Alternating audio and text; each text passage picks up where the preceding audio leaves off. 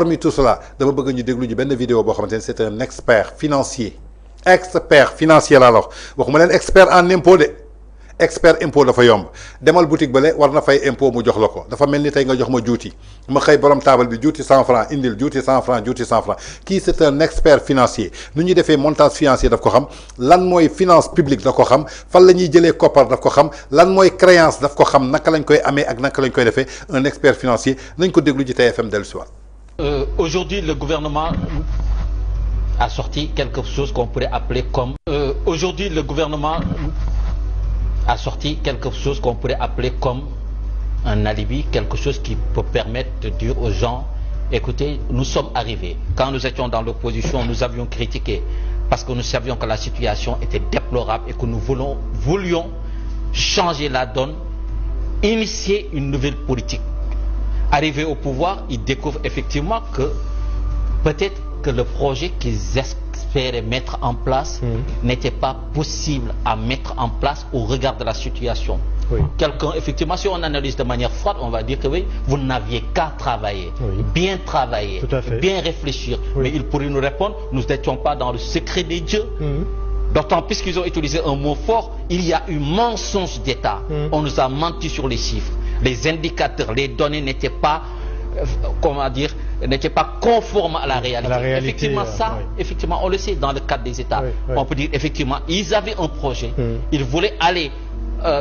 ils voulaient prendre une direction, ils avaient identifié une destination. Mais je pense que les Sénégalais, au-delà de la crise, au-delà de tous ces mots, au-delà de toutes ces questions, ce qu'ils attendent quelquefois, c'est les grandes lignes directrices. Absolument. Effectivement, il peut y avoir des problèmes sectoriels,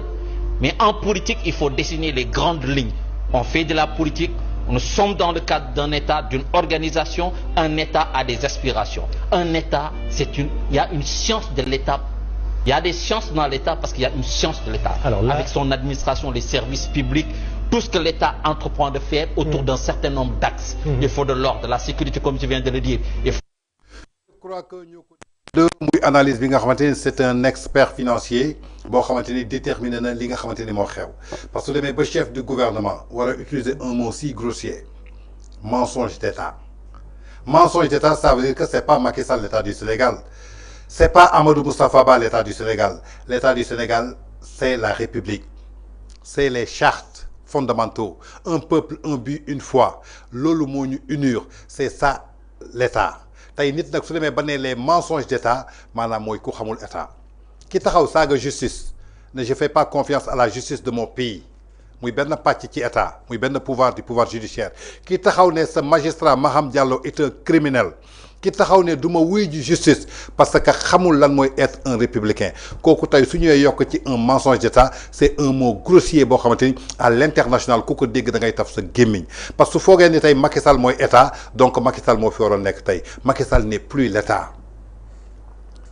Son gouvernement n'est plus l'État. Aujourd'hui, l'État, c'est qui? Quand moo ko remplacé Diomaye Faye ak gouvernement suba Diomaye day dem keneen mooy ñëw. Donc quand on nous parle de mensonge d'État, ce sont des choses yoo xamante ni c'est extrêmement grave aux yeux des banques, aux yeux de nos kii ñi nga xamante ni mooy waa FMI, aux yeux des organismes yoo xamante ni ñoo nekk à l'international. Non tey lenn moo am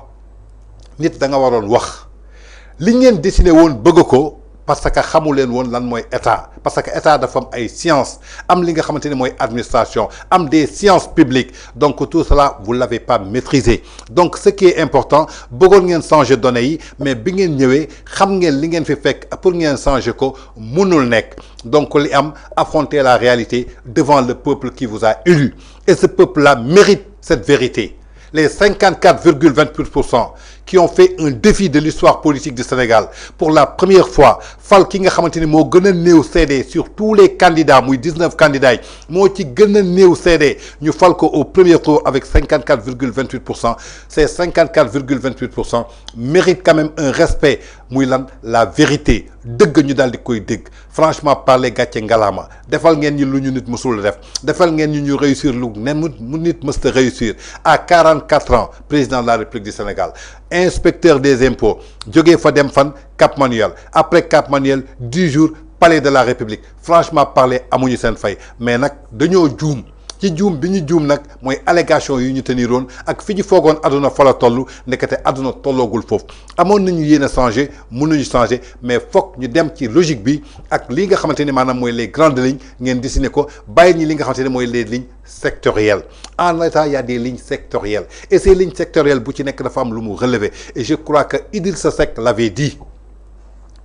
état foog nga xam lan lay dugal foog nga xam la ca des fan laa koy wutijee te loolu je crois que ça me donne toujours raison depuis 2014 nee naa leen solution rôle état mécanisme mooy yor état donc ce qui veut dire que ce gouvernement là du ma nee ñëpp ñi wax laay wax xamuñu lan mooy état état nag pour nga xam ko da nga koy jàngi pour nga jàng ko da nga koy maîtriser pour nga maîtriser ko da ngay wuti xam-xam te pour nga am xam-xam boobu foog nga wàccee sa ego foog nga wàccee man la kenn rek la muy yàlla suñu borom subhanahu wa taala Sénégal nag nañu préparé wu ñoo ko siife kon donc ku bëgg a akara da ngay ñemee kaani 54,28% ñoo leen yóbbu au pouvoir mais tey jafe-jafe yi dañuy yóbbaale 100% des sénégalais li ñuy naan ay du yem ci bopp borom ayu 54,28% tey moo yem ci bopp li nga xamante ne mooy 100% des sénégalais lépp luy difficulté dañ koy dund ci Sénégal. bu leen kenn nax bu leen kenn tenir benn propos campagne ba xamal leen que mën na wàññi lu toll ni tarafatal ay nit yu jëm li lenn rek moo mën a sauver Sénégal te du sauver Sénégal yëpp lenn moo koy équilibrer mu tane ku nekk mën a am fu mu jafandu pour dem mooy majorité mécanique jox ko assemblée nationale ñu mën a jàmmaarloog ñoom muy ay nit yu xam état nit yoo xamante ni yu responsable lañu nit yoo xamante ni lépp luy loi boo xamante ni dafay nëxasal lii nga xamante ni mooy suñu république suñu demee ba nga xamante ni suñu chef du gouvernement mooy accuser mensonge d'état ban état lay accuser muy état du Sénégal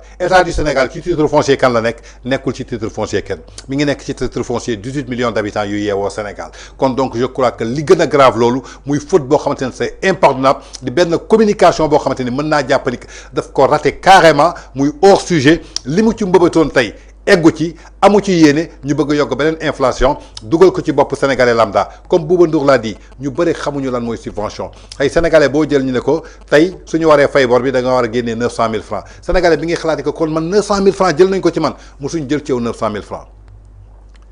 900 000 yooyu ñu lay wax defal nañ la ko ci BRT mi ngi lay jëriñ defal nañ la ko ci TER mi ngi lay jëriñ defal nañ la ko ci stade Maître Abdoulaye Wade mi ngi lay jëriñ defal nañ la ko ci Arena defal nañ la ko ci ay hôpital muy Kaffrine di Fouta foo mënte dem defal nañ la ko ci ay université nga fay sàkku xam-xam ñoom nañ la wax seen 1500 milliards lan lañ lay defal lu dul jël suñu avion di ci def kérosène di jël sa xaalis di ko yóbbu di ci gundaandaat loo xamante ni indiwuñu Sénégal ñaari salaamaaleykum 79e assemblée générale Nations Unies nga dem nga jógee fa defaat fa yeneen ñaari voyage muy Nevada ak Californie à quel titre lan lay rapporter Sénégal au moment bi nga xamante ne sénégalais yi ñu ngi patauger ci ndox bi ñaata kër ñooy dund tey ci ndox bi demal Touba su demee ba sëñ Mbaye Sy Mansour xalif général des Tidianes di yëkkati enveloppe bu 5 millions di ko déposer ci kaw table kii nga xamante ne mooy sëñ Mountakha bi nga xamante ni casque na 200 millions tey bi nga xamante ni say ndaw ñi ngi dee ci géej bi tey bi nga xamante ni say jakartamaan amuñu lu ñu livré tey bi nga xamante ni sa jeunesse bi amoon ci yow yaakaar am espoir tey ñoom ñëpp ñi ngi flâner kenn amoo ci destination kenn amoo ci ñëpp mer ba futt ndaxte li ñu lekk amuñu ko je crois que raison garder dafa am avec ñi nga xamante ni mooy ce nouveau régime pour wan ni que sénégalais yi ki ngeen fal mooy kan ki xasaw ba tax ki taxaw tey bay accuser mensonge d'état boo xamante ni mensonge d'état kooku la journaliste taxaw laaj ko question la ko laaj te buy question bu am solo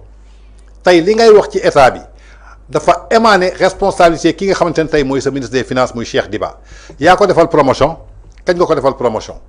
ba mu nekkee directeur de la programmation budgétaire tey nga def ko ministère des finances maanaam dafa am promotion dafa mel ni nga nekk caporal ñu yóbbu la caporal chef wala nga nekk adjudant ñu yóbbu la adjudant chef wala nga nekk lieutenant ñu yóbbu la capitaine mbaa ñu yóbbu la général yaa ko defal promotion tey lan moo ciy responsabilité moom mi nga xamante ne dafa taxaw en pleine lii di passation de service mu tagg ki nga xamante ni moom la wutu ci expertise bi mu am ci moom mi nga xamante ni ba ñuy voté lii nga xamante ni mooy budget 7003 milliards yi moom moo doonoon yoroon lii di programmation jëmale ko ci wàllu budget bi ñi laaj la ci lan nga war a tontu ñu jógee foofu journaliste agence française de presse ne la tey ban attente la sénégalais di xaar ci yow sénégalais ñi ngi xaar ci yow emploi bi nga leen digoon jeunes yi sénégalais ñi ngi xaar nga wàññi dund bi sénégalais ñi ngi xaar tey nappkat bi su demee géej am jën ba nga xamante ni du am ku nga ko jaay benn yaboy léegi 1000 francs lay jar ñu ne yan attente la ñuy xaar ci yow